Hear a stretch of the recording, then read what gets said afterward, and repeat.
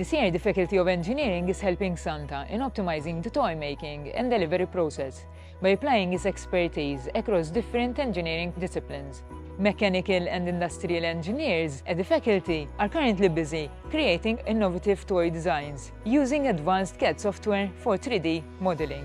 Next, our materials engineers recommend durable and lightweight materials that are safe for children but also light to transport. From the manufacturing side, our engineers are setting up automated production lines to increase production speed. Using robotic arms and lean manufacturing techniques, they are able to produce toys faster than ever with almost zero waste.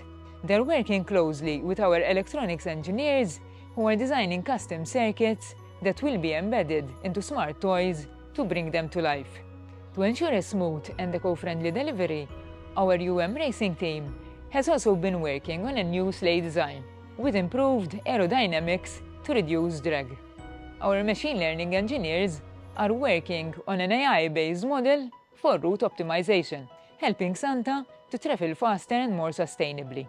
With a little help from the Faculty of Engineering, this year Santa will be faster, smarter and greener than ever before.